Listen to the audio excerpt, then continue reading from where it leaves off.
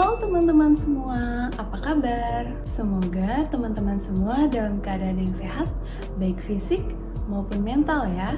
Perkenalkan, nama saya Eva Lydia sebagai pembicara 1 dan saya Kezia sebagai pembicara kedua. Pada kesempatan kali ini, saya dan rekan saya akan menjelaskan mengenai chapter 14, yaitu Facilitating Structured Activities and Promoting Team Learning.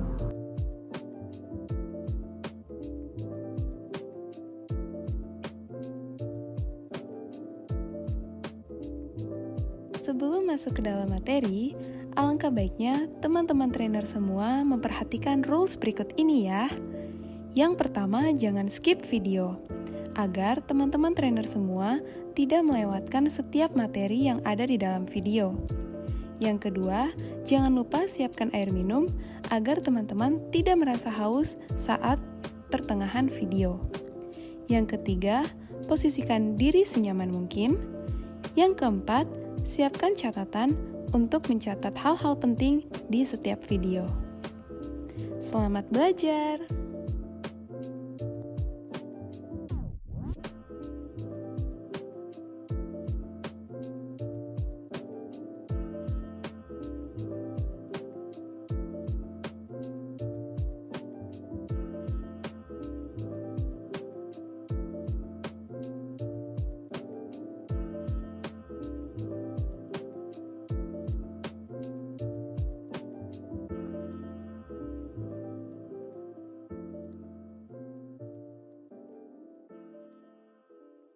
Salah satu peran penting seorang trainer adalah memfasilitasi setiap aktivitas terstruktur di dalam training. Berikut ini beberapa pedoman atau keterampilan yang dapat dikembangkan oleh teman-teman trainer dalam memfasilitasi aktivitas terstruktur di dalam training. Yang pertama, motivation participation. Teman-teman trainer perlu membuat trainee merasa tertarik sebelum akhirnya mereka termotivasi untuk bergabung dan mengikuti pelatihan. Berikut ini terdapat beberapa pedoman untuk memotivasi para peserta. Yang pertama, jelaskan tujuan training. Hal ini sangat penting dilakukan agar para trainee mengetahui mengenai gambaran apa saja kegiatan yang akan mereka lakukan sepanjang training. Yang kedua, paparkan keuntungan. Beritahu apa saja benefit yang akan mereka dapatkan sebagai hasil dari mengikuti pelatihan. Yang ketiga, tunjukkan antusiasme. Antusiasme daripada trainer akan diinternalisasikan oleh trainee. Dengan kata lain, trainee juga akan ikut termotivasi jika melihat antusiasme dari para trainer. Yang keempat, hubungan antar aktivitas. Hal ini dapat membantu trainee dalam menemukan inti dari setiap aktivitas yang dilakukan. Yang kelima, tunjukkan perasaan trainer kepada trainee. Hal ini dapat membuat trainee merasa termotivasi untuk melakukan setiap aktivitas di dalam training. Yang terakhir, tunjukkan kepercayaan. Hal ini dapat membuat trainee merasa terdorong dan juga yakin untuk mampu melakukan setiap aktivitas di dalam training. Agar lebih jelas, saya akan memberikan contoh sederhana. Pada hari ini, saudara akan melakukan latihan mengenai cara menanam pohon cabai. Dalam hal ini, saudara akan memperoleh latihan yang bertujuan untuk mengetahui cara menanam cabai di rumah dengan baik. Karena harga cabai sedang mengalami kenaikan akhir-akhir ini, maka dengan mengikuti pelatihan ini dapat membantu saudara agar tidak perlu khawatir dengan adanya kenaikan harga cabai. Karena saudara memiliki tanaman cabai sendiri di rumah dan bahkan saudara bisa menjualnya kembali. Sebagai langkah awal, saudara akan diberi pengetahuan mengenai karakteristik pohon cabai. Lalu, bagaimana cara memilih bibit cabai yang baik, juga media yang tepat. Setelah itu, saudara bisa mulai menanamnya. Menurut saya, training ini dapat membantu saya untuk meningkatkan keterampilan saya dalam menanam, dan juga membantu saya untuk belajar berhemat. Bagaimana menurut pendapat saudara? Saya yakin saudara pasti bisa melakukannya. Ayo, kita coba melakukannya bersama-sama dengan kelompok. Dalam mengarahkan trainee, yang sering menjadi permasalahan adalah pemberian instruksi yang terlalu panjang atau tidak jelas. Dalam hal ini, teman-teman trainer dapat menyederhanakan instruksi sehingga para trainee bisa lebih mudah dalam memahaminya. Hal ini juga dapat membantu menghemat waktu. Karena dengan adanya instruksi yang jelas, maka para trainee tidak perlu menanyakan lagi mengenai kejelasan instruksi. Berikut adalah beberapa tips yang dapat teman-teman trainer gunakan untuk menyederhanakan instruksi. Yang pertama, berbicaralah perlahan. Hal ini dapat membantu trainee untuk dapat mendengarkan dan memahami instruksi dengan baik. Yang kedua, gunakan cadangan visual. Teman-teman trainer dapat menuliskan kembali instruksi atau memberikan ilustrasi di dalam bentuk PowerPoint. Yang ketiga, definisikan istilah-istilah penting. Tidak semua trainee dapat memahami setiap kata kunci yang diberikan oleh trainer. Oleh karena itu, hal ini sangat penting dilakukan agar trainee dan juga trainer memiliki pemahaman yang sama mengenai suatu istilah. Yang keempat, peragakan aktivitas. Hal ini penting dilakukan agar trainee mempunyai gambaran mengenai aktivitas seperti apa yang akan mereka lakukan. Agar arahan dapat diberikan dan diterima dengan jelas, teman-teman trainer bisa melakukan beberapa tips berikut ini. Yang pertama, cobalah sampaikan instruksi kepada teman sebelum menyampaikannya pada trainee. Hal ini berguna dilakukan agar teman-teman trainer dapat mengoreksi jika terdapat hal atau instruksi yang kurang jelas. Yang kedua, jelaskan gambaran besar dari aktivitas yang akan dilakukan trainee selama masa training. Yang ketiga, desain ulang slide yang akan digunakan. Misalnya, jika terdapat visualisasi yang kurang jelas atau membingungkan, teman-teman trainer dapat mengeditnya atau merapikannya kembali. Yang keempat, buatlah catatan. Catatan bisa berisikan hal-hal yang akan teman-teman trainer sampaikan atau perubahan-perubahan yang akan teman-teman trainer lakukan. Yang kelima, berikanlah arahan rinci pada suatu aktivitas di satu waktu. Hal ini akan membantu trainee untuk fokus mengenai apa yang akan mereka lakukan. Yang ketiga, managing the group process. Dalam structure activities, sebagian aktivitas biasanya dilakukan dalam subkelompok atau kelompok kecil. Sebagian trainee akan merasa nyaman karena mereka dapat mengajukan pertanyaan atau memberi tanggapan secara rinci. Namun, ada juga trainee yang tidak merasa nyaman dalam hal ini. Dalam hal ini juga, trainer biasanya merasa kesulitan untuk memperhatikan perilaku dari seluruh peserta. Dalam hal ini, ada beberapa cara atau tips yang dapat teman-teman trainer gunakan untuk tetap menjaga interaksi di dalam kelompok.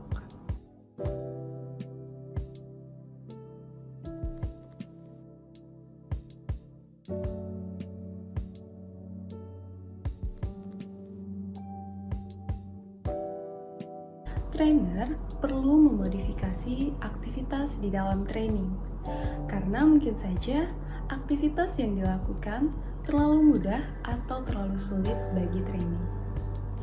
Dalam hal ini, diperlukan juga fleksibilitas trainer dalam merencanakan suatu program pelatihan. Berikut terdapat beberapa pedoman yang dapat teman-teman trainer gunakan untuk menjaga keterlibatan trainee di dalam kelompok. Yang pertama, jaga aktivitas agar tetap berjalan. Teman-teman trainer dapat memberikan waktu yang spesifik dalam pengerjaan suatu tugas, karena biasanya trainee akan mengeluarkan energi dan juga kecepatan dalam mengerjakan tugas dengan waktu yang spesifik. Yang kedua, tantang trainee. Trainer dapat memberikan aktivitas dengan tingkat ketegangan yang moderat atau sedang, karena jika terlalu mudah, trainee akan merasa lesu dan juga tidak terlalu bersemangat. Contoh yang dapat digunakan dalam hal ini adalah pemberian role play. Bisa juga dengan presentasi, di mana terdapat kelompok yang presentasi dan juga terdapat kelompok yang memberikan tanggapan. Yang ketiga, berikan positive reinforcement terhadap keterlibatan trainee. Dalam hal ini, tunjukkan bahwa teman-teman trainer tertarik dengan usaha yang dilakukan oleh para trainee. Misalnya dengan berkata, "Saya sangat merasa senang" atau "Saya sangat terkesan dengan cara saudara melakukan hal ini." Yang keempat, lakukan gerakan fisik. Jika terlalu lama duduk, maka trainee akan merasa bosan. Oleh karena itu, lakukanlah stretching dengan cara menggerak-gerakkan kaki, berdiri, atau menggerak-gerakkan kursi untuk membangkitkan kembali energi para trainee. Yang kelima, tunjukkan antusiasme. Dalam hal ini, teman-teman trainer dapat memberikan semangat kepada teman-teman trainee. Trainee perlu memproses kembali setiap informasi yang telah diperoleh.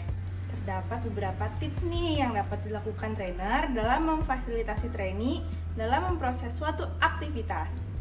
Yang pertama, ajukan pertanyaan yang relevan. Mengajukan pertanyaan yang relevan akan mendorong trainee untuk melampaui jawaban sederhana dan mengundang tanggapan terkait dengan tujuan pelatihan. Seperti apa kekhawatiran saudara, atau apa yang membuat Anda terkesan saat melakukan kegiatan ini?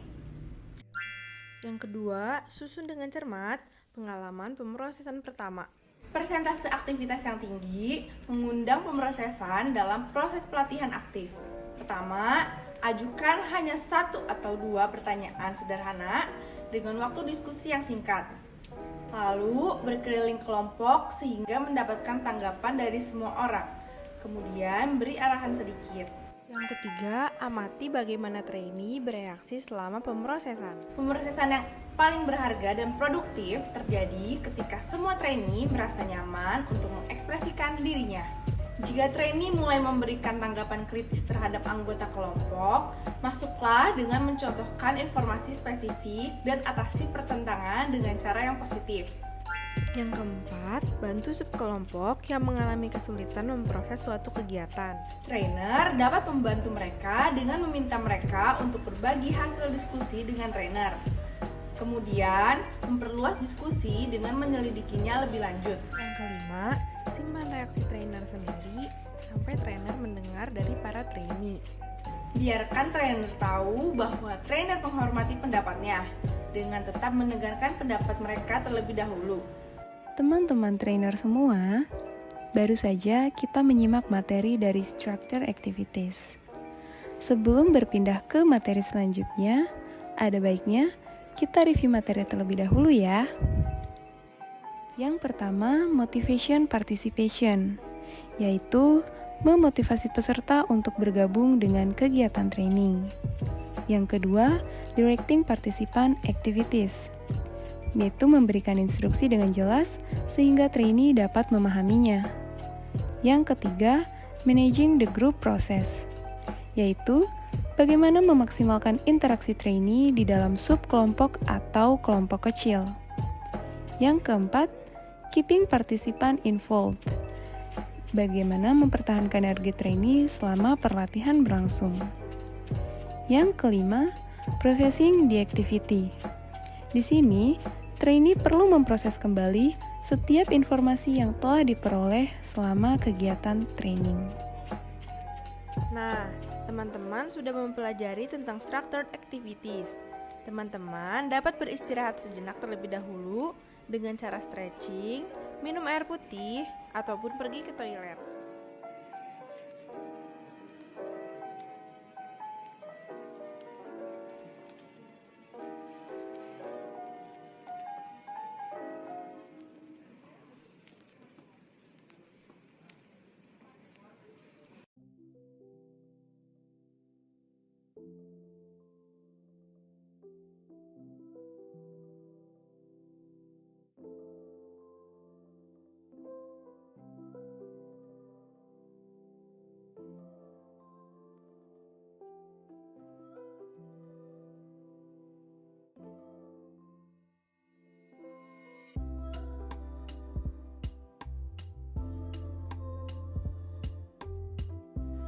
teman-teman, karena istirahatnya sudah selesai, saya akan melanjutkan materi selanjutnya yaitu team learning. Di sini, trainee ditempatkan dalam suatu tim untuk jangka waktu tertentu melalui kegiatan singkat dan terstruktur. Manfaatnya apa sih? Manfaatnya, trainee dapat mengembangkan relasi dengan rekan tim. Lalu dapat memotivasi tim untuk mempertahankan pembelajaran kolaboratif seperti tugas yang kompleks atau menantang. Juga bertanggung jawab terhadap perkembangan dirinya. Selain manfaat, terdapat kekurangannya juga, yaitu trainer memiliki kontrol yang lebih sedikit dibandingkan dengan menggunakan kelompok jangka pendek. Ketika berada dalam tim pembelajaran, terdapat hal-hal yang mungkin pernah terjadi. Yang pertama, confusion, di mana anggota tim tidak tahu apa yang harus dilakukan karena mereka tidak mengerti atau mengikuti petunjuk. Yang kedua, tangents, di mana anggota tim tidak terpaku pada topik sehingga mereka keluar dari topik tugas. Yang ketiga, unequal participation, di mana terdapat beberapa anggota tim yang mendominasi dan beberapa tetap diam. Yang keempat, one way communication, di mana anggota tim tidak mendengarkan atau menanggapi satu sama lain. Yang kelima, no division of labor, di mana tidak ada pembagian kerja. Yang terakhir, superficiality, di mana tim menyelesaikan tugas dengan secepat mungkin dan tetap berada di permukaan daripada menggali materi yang lebih dalam. Dalam team learning sendiri terdapat 3 poin. Yang pertama, composing learning teams. Yang kedua, building learning teams. Dan yang terakhir ada involving participant in team learning, di mana merupakan pertimbangan pertama dalam mempromosikan pembelajaran tim, seperti ukuran ataupun komposisi tim tersebut. Pertama, ada tim besar. Tim besar terdiri dari 4-6 orang dan merupakan tim kerja yang paling produktif karena mempunyai kelebihan seperti dalam pengetahuan, keterampilan, dan perspektif yang lebih besar. Tetapi mempunyai kekurangannya juga, yaitu tim terjebak dalam masalah proses kelompok, sehingga mencegah mereka bergerak maju, sulit diatur, dan sulit untuk menyatukan pekerjaan. Kedua, ada tim kecil. Tim kecil dapat bekerja lebih cepat dan dapat mengelola serta mengkoordinasikan pekerjaan mereka dengan lebih mudah. Dalam menyusun tim pembelajaran, terdapat beberapa aturan. Yang pertama, penugasan acak. Tim dibentuk secara sewenang-wenang sehingga memberi perasaan kepada trainee bahwa mereka diharapkan untuk bekerja dengan baik dengan semua trainee. Yang kedua, keragaman. Trainer memvariasikan latar belakang, fungsi pekerjaan, jenis kelamin, usia, atau karakteristik anggotanya sehingga membutuhkan waktu lebih lama untuk memulai. Tetapi seringkali berhasil dalam jangka panjang karena kekayaan sumber daya yang mereka miliki. Yang ketiga, homogenitas. Trainer menugaskan anggota berdasarkan pengalaman kerja, pengetahuan, atau keterampilan yang setara, sehingga dapat memperoleh hasil dengan cepat. Yang keempat, kenalan sebelumnya. Trainer menyatukan orang-orang yang pernah bekerja sama sebelumnya, karena cenderung merasa nyaman satu sama lain dan mungkin memiliki keterampilan tim yang akan ditransfer ke situasi baru. Yang kelima, seleksi mandiri. Trainer diperbolehkan untuk membentuk tim mereka secara mandiri. Setelah trainer membentuk tim pembelajaran, ada baiknya untuk meminta mereka mengalami beberapa kegiatan awal yang dapat membangun tim, seperti mengenal satu sama lain dan menggabungkan ide-ide mereka. Untuk membuat tim menjadi efektif, terdapat beberapa pekerjaan penting yang harus dilakukan. Yang pertama, ada fasilitator, seseorang yang memfasilitasi sesi belajar tim. Yang kedua, pencatat waktu, seseorang yang mengalokasikan dan memantau waktu yang dibutuhkan. Yang ketiga, pencatat, seorang yang mencatat ide, kesimpulan, dan pencapaian. Yang keempat, pemeriksa, seseorang yang melihat apakah semua anggota melakukan apa yang seharusnya mereka lakukan. Yang kelima, investigator, seseorang yang menemukan hal-hal dan membawa informasi kembali ke dalam tim. Membangun tim tidak akan lengkap tanpa mempromosikan kesadaran proses kelompok dari awal. Tim yang menjalankan tugas tanpa memikirkan seberapa baik kinerja mereka, pada akhirnya akan gagal. Trainer dapat menggunakan salah satu proses untuk membangun jenis kesadaran yang menjaga tim dari kegagalan. Yang pertama, helpful versus unhelpful. Perilaku seperti apa yang telah kita gunakan sejauh ini dan bermanfaat? Perilaku apa yang tidak membantu? Kedua, in hindsight. Jika kita memiliki kesempatan untuk melakukannya lagi, apa yang harus kita lakukan? Yang ketiga, what's going right or wrong? Apa yang terjadi di tim? Apa yang salah? Yang terakhir, stop, start, continue. Apa yang harus kita hentikan? Apa yang harus kita mulai lakukan? Dan apa yang harus terus kita lakukan?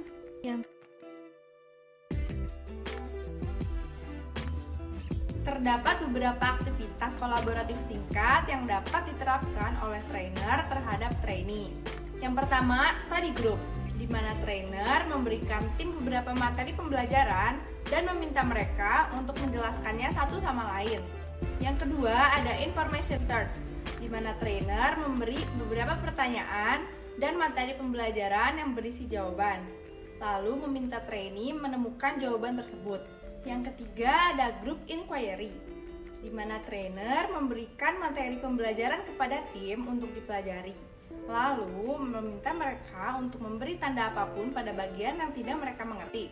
Yang keempat, ada jigsaw learning, di mana trainer memberikan materi pembelajaran yang berbeda-beda kepada anggota yang berbeda juga, lalu meminta mereka untuk mempelajari materi dan mengajarkannya satu sama lain.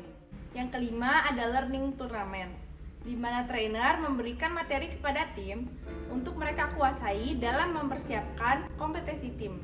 Ketika tim menjadi berorientasi pada pembelajaran tim dan menunjukkan tanda-tanda mengambil tanggung jawab untuk pembelajaran mereka sendiri, trainer dapat mulai memberi mereka tugas yang kurang terstruktur. Contohnya adalah melakukan pemecahan masalah secara kolaboratif dan memberi pertanyaan, seperti Jenis tim apa yang ada di tempat kerja?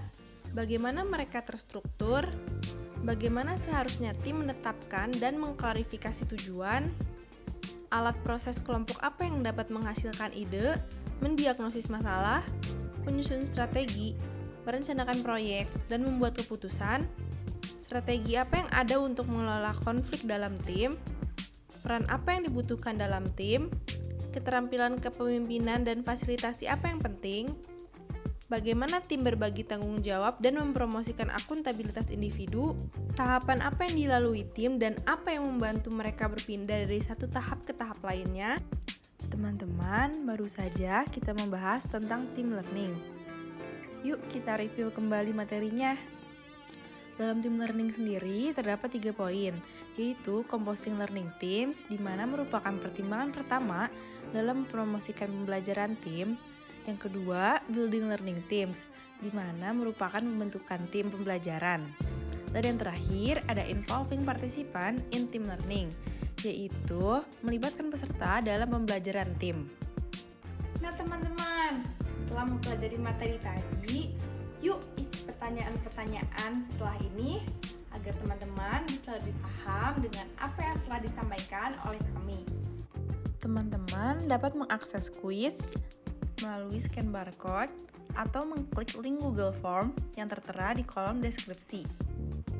Kami juga ingin mengucapkan terima kasih kepada teman-teman semua karena teman-teman sudah menonton video ini hingga selesai. Kami juga ingin meminta maaf bila ada terjadi kesalahan kata dalam menyampaikan materi. Kami harap materi yang telah kami sampaikan dapat bermanfaat bagi teman-teman semua. Terima kasih teman-teman, sampai jumpa di video selanjutnya.